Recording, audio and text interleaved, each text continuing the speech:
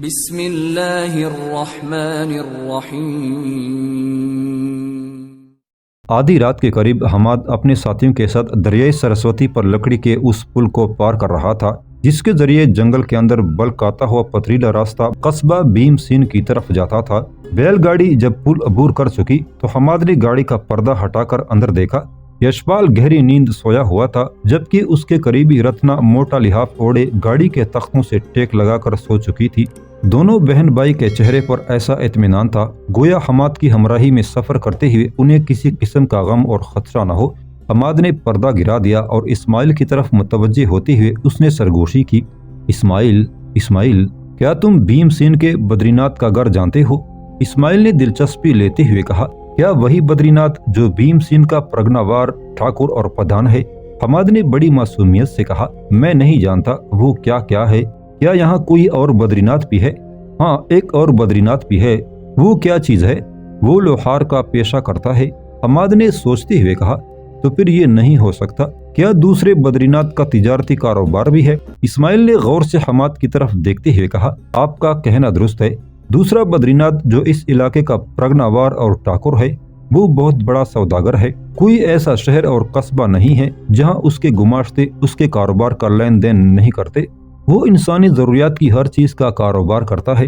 حماد نے اپنا فیصلہ دیتے ہوئے کہا، تو پھر اسی بدری ناتھ کے گھر چلو۔ حماد خاموش ہو گیا۔ بیل آگے بڑھتے رہے۔ تھوڑی دیر بعد ان کے سامنے قصبہ بھیم سین آ گیا تھا اور اندھیرے میں ڈوبی ہوئی اونچی اونچی اٹاریاں صاف دکھائی دے رہی تھی۔ قصبے کے اندر داخل ہونے کے بعد اسماعیل نے بھیم سین کے باہری ایک بڑی حویلی کے سامنے اپنی بیل گاڑی کو روک دیا اور حماد کی طرف دیکھتے ہوئے کہا، آپ بدری ناتھ کی حویلی کے سامنے کھڑے ہیں؟ حماد نیچے اتر کر حویلی کے دروازے کی طرف بڑھتا ہوا بولا، تم گاڑی کو یہیں روکو، میں حویلی کا دروازہ کھلواتا ہوں۔ حماد نے آگے بڑھ کر حویلی کے دروازے پر دستک دی۔ اندر کسی کتے کے بھونکنے اور دروازے کی طرف بھاگنے کی آواز سنائی دی تھی۔ چند ہی لمحوں بعد دروازے کے قریب کتا خوفناک انداز میں بھونکنے اور غرانے لگا تھا۔ تھوڑی دیر بعد حویلی کے اندر روشنی ہوئی، پھر موسلادھار برستی بارش میں کسی کی تیز اور تحکمانہ آواز بلند ہوئی، گیان، اٹھو، دیکھو دروازے پر کون دستک دے رہا ہے۔ کہیں دور کسی کوٹری کے اندر سے کسی کی آواز سنائی دی، ابھی دیکھتا ہوں۔ پہلی آواز پھر بلند ہوئی، پہلے کتا باندھ لو پھر دروازہ کھولنا۔ اس بار کسی نے اپنے کمرے سے باہر نکل کر جواب دیا تھا، جی ابھی باندھتا ہوں کتے کو۔ تھوڑی دیر بعد کوئی دروازے کے قریب آیا اور سردی سے کپکپاتی ہوئی آواز میں کہا، کون ہے جی؟ حماد نے دروازے سے منہ لگاتے ہوئے کہا، دروازہ کھولو، میرے پاس بیل گاڑی ہے اور میں تمہارے مالک بدری ناتھ سے ملنا چاہتا ہوں۔ یوں محسوس ہوا تھا جیسے دروازے کے قریب آنے والا پہلے کتے کو پکڑ کر کھڑا ہو گیا ہو۔ تھوڑی دیر بعد ایک جوان اور تنومند جوان نے دروازہ کھولا اور حماد کی طرف دیکھتے ہوئے پوچھا، آپ کہاں سے آئے ہیں؟ حماد نے غور سے اس کے سراپے کو دیکھتے ہوئے کہا، تم مجھے اپنے مالک کے پاس لے چلو، وہ دیکھو میری بیل گاڑی کھڑی ہے، میرے ساتھی سردی میں ٹٹر رہے ہیں۔ اس نوجوان نے دروازہ پورا کھولتے ہوئے کہا، آپ بیل گاڑی اندر لے آئیے۔ حماد آگے بڑھتا ہوا بولا، نہیں، ابھی بیل گاڑی اندر نہیں آئے گی، پہلے تمہارے مالک سے بات کروں گا، مجھے اس کے پاس لے چلو۔ وہ جوان جس کا نام گیان لے کر پکارا گیا تھا حماد کو لے کر اندر گیا۔ حویلی زمین پر 3 فٹ برتی ڈال کر بنائی گئی تھی۔ حویلی کے اندر داخل ہونے کا وسیع راستہ جو نیم دائرے کی شکل کا ایک برآمدہ تھا اور جس میں داخل ہونے کے لیے 5 سیڑھیاں طے کرنا پڑتی تھی۔ وہاں ادھیڑ عمر اور پرکشش شخصیت کا ایک آدمی کھڑا تھا۔ اس کے دائیں ہاتھ میں جلتی ہوئی ایک مشعل تھی اور اس کے بائیں طرف ایک معمر عورت جو شاید اس کی بیوی ہوگی اور ایک حسین ترین اور نوخیز لڑکی کھڑی تھی۔ حماد گیان کے ساتھ ان تینوں کی طرف بڑھا۔ سیڑھیاں طے کر کے جب وہ ان کے پاس گئے تو گیان کے کچھ کہنے سے قبل ہی حماد نے مخاطب ہوتے ہوئے کہا، اگر میں غلطی پر نہیں اور جس طرح مجھے آپ کا حلیہ بتایا گیا ہے اس کے مطابق اندازہ لگانے میں مجھ سے کوتاہی نہیں ہوئی تو آپ کا نام بدری ناتھ ہے۔ اس لمبے قد کے بوڑھے نے مشعل حماد کے چہرے کی طرف بڑھاتے ہوئے بڑے متاثر کن لہجے میں کہا، وہی ٹاٹ اڑنے والا عرب جس کا مجھے انتظار تھا۔ حماد نے چونک کر کہا، کیا؟ یا بدری ناتھ نے حماد کو اور زیادہ چونکا دیا، خلدون کے بیٹے، میں پچھلے 2 روز سے تمہارا انتظار کر رہا ہوں، کیا میں یہ کہنے میں درست ہوں کہ تمہارا نام حماد بن خلدون ہے؟ حماد نے بوکلائے ہوئے لہجے میں کہا، آپ کو میرے متعلق یہ اطلاعات کہاں سے ملی اور آپ مجھے کیسے پہچان گئے ہیں؟ بدری ناتھ نے حماد کو اور زیادہ ششدر کر کے رکھ دیا۔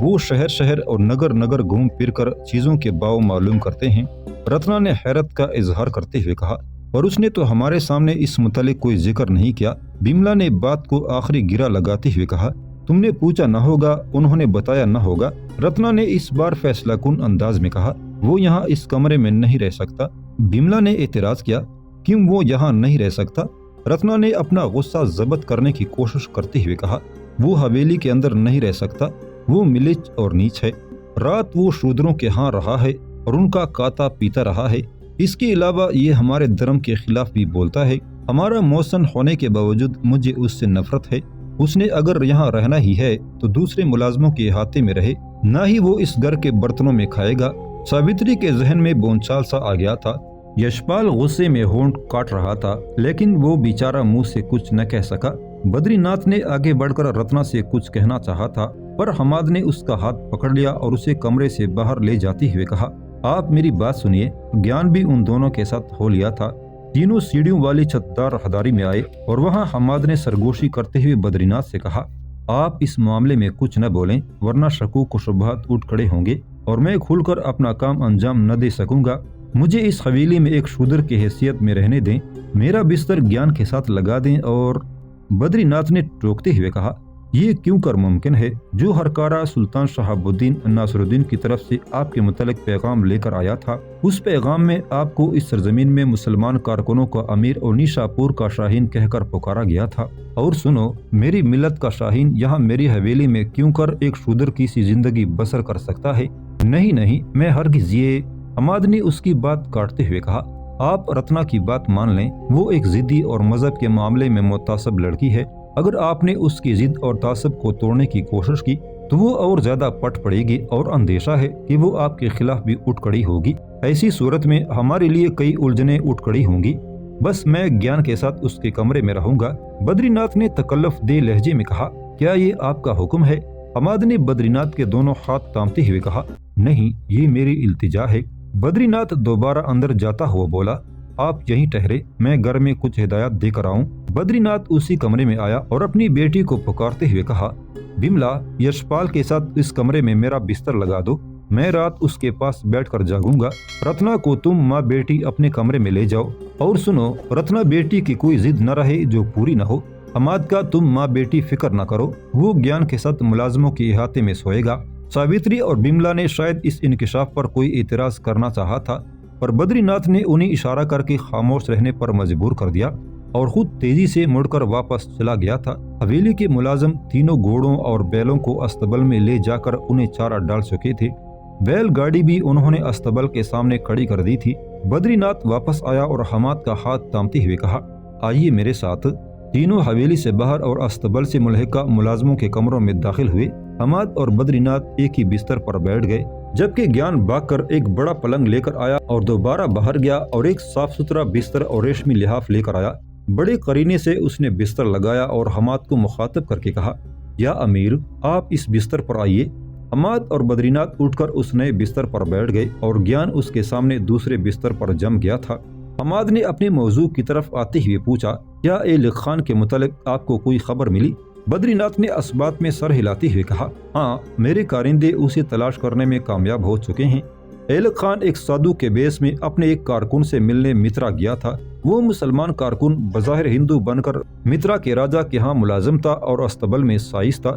ایلک خان کے ساتھ ایک نو مسلم لڑکی بھی تھی جو نگر کوٹ کے مندر میں نرتکی یعنی رقاصہ اور دیوداسی تھی۔ بظاہر وہ نگر کوٹ سے مترا کی یاترا کو آئی تھی، لیکن اس کا اصل کام وہاں راجا کے استبل میں ٹھہرے ہوئے ایلک خان کو شمال کے ہندو راجاؤں کے متعلق اہم معلومات فراہم کرنا تھا۔ کیونکہ کوہستان سوالک کے جتنے بھی ہندو راجا ہیں وہ سب کام نگر کوٹ کے بڑے پروہت کے مشورے سے کرتے ہیں۔ وہ لڑکی جو نگر کوٹ کے مندر میں کام کرتی ہے اس کا نام اوما ہے اور بڑے پنڈت کی نگاہوں میں وہ سب سے زیادہ ہر دل عزیز ہے۔ اس کی دو وجوہات ہیں، ایک تو وہ خوبصورتی میں لاجواب ہے، دوسرے وہ مندر کی نرتکیوں میں سب سے ماہر رقاصہ ہے۔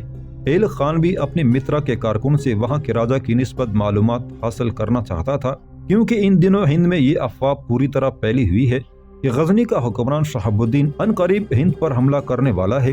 اس لیے یہاں کے سب راجے مہاراجے اجمیر کے راجا رائے پتورا اور ہستنا پور کے راجا کانڈے رائے کے تحت اپنے آپ کو متحد کرنے کی کوشش کر رہے ہیں۔ انہوں نے ان دونوں بھائیوں کو اپنا بڑا اور گرو تسلیم کر لیا ہے۔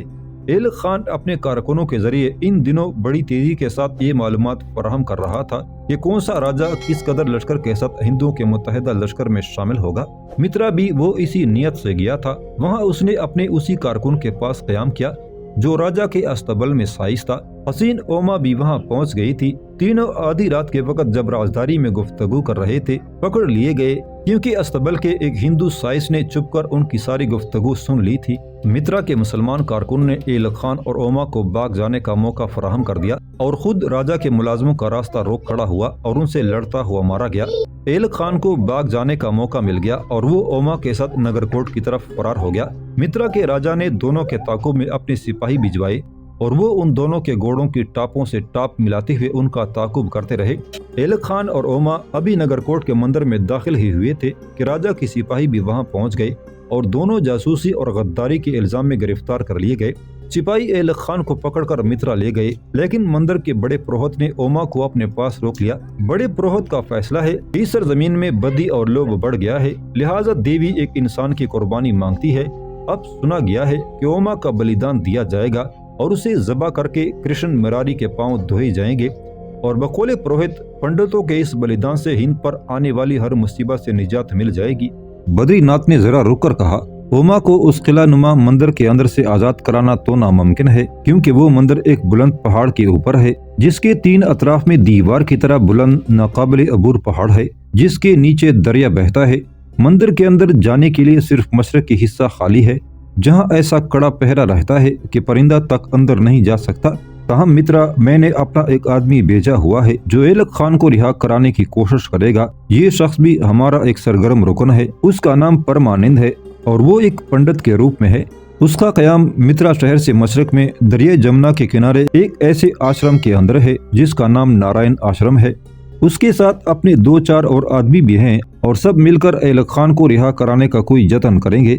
حماد نے گہری سانس لیتے ہوئے کہا، تو اس کا مطلب ہے میری آئندہ منزل مترا اور اس کے بعد نگر کوٹ ہے۔ پھر حماد نے پاؤں اوپر کرتے ہوئے کہا، اب میں آرام کروں گا اور صبح آپ کو اپنا لائے عمل بتاؤں گا۔ بدری ناتھ نے پریشانی میں کہا، کیا آپ کھانا نہ کھائیں گے؟ نہیں، میں کھانا کھا کر چلا تھا۔ بدری ناتھ نے پھر پوچھا، آپ کا گاڑی بان ساتھی کدھر ہے جسے آپ نے اسماعیل کہہ کر پکارا تھا؟ حماد نے اپنے جسم پر لحاف ڈالتے ہوئے کہا، جس وقت آپ مجھے اور گیان کو سیڑھیوں کے پاس کھڑا کر کے حویلی کے اندر گئے تھے اس وقت آپ کے دوسرے ملازم اسے اپنے ساتھ لے گئے تھے۔ میرا خیال ہے وہ ان کے پاس گہری نیند سو رہا ہوگا۔ گیان نے حماد کی تائید کرتے ہوئے کہا، آپ کا اندازہ درست ہے، جس وقت میں آپ کا پلنگ لایا اسے دیکھ کر آیا تھا۔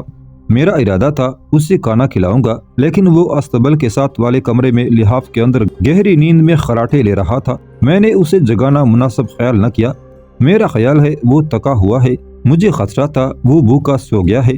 اور ہمارے آدمی کہہ رہے تھے انہوں نے اسے کھانے کی پیشکش کی تھی، لیکن اس نے کہا مجھے بھوک نہیں اور بستر پر پڑ کر سو گیا۔ بدری ناتھ محسوس کر رہا تھا کہ حماد گہری نیند میں ڈوبا جا رہا ہے، لہٰذا وہ اٹھ کر باہر نکل گیا۔ حماد اپنے بستر پر لیٹ گیا اور تھوڑی دیر بعد وہ گہری نیند سو رہا تھا۔